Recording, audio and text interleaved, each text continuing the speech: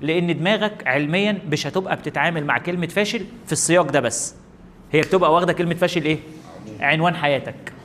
اي فكره بادئه بكلمه هو او هي افتراض من قبل ما تروح حصل. طب بالنسبه لافكاري هي كلها حقيقيه ولا كلها افتراضيه؟ هي كده وكده.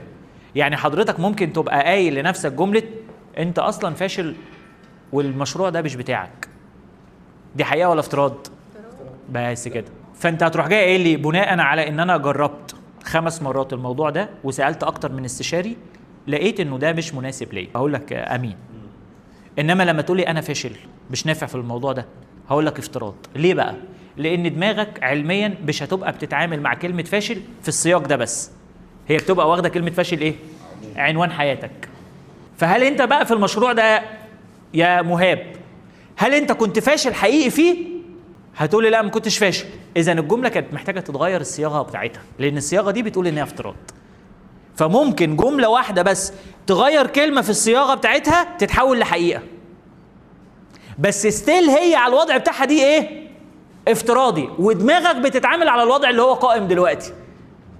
فلذلك انا بقول لك في نهايه التمرين ده هتاخد قرار، اما انت ايه محتاج تغيره، ايه محتاج تطوره، ايه محتاج تدلته. فمن ضمن الحاجات اللي هتاخدها انا محتاج اغير الصياغه دي عن نفسي، انا محتاج ادلت الصياغه دي عن نفسي، انا محتاج ابديت ده عن نفسي. انا من 10 سنين ما كنتش بعرف اعمل ده، بس انا بقيت بعرف اعمله، بس لسه دماغك مسجله انه من 10 سنين انت مش بتعرف تعمله. ده عشان اعدل الحاجات اللي موجوده في الذاكره عندي. برافو عليكي. فتقومي تعملي ايه لما ده يتكرر مره تانية؟ هتحسي بمشاعر مختلفه عشان عملتي ابديت او عملتي تغيير او دلتي، وكانك بتنقي الذاكره الفكريه اللي موجوده جوه دماغك، بتعملي لها ابديت.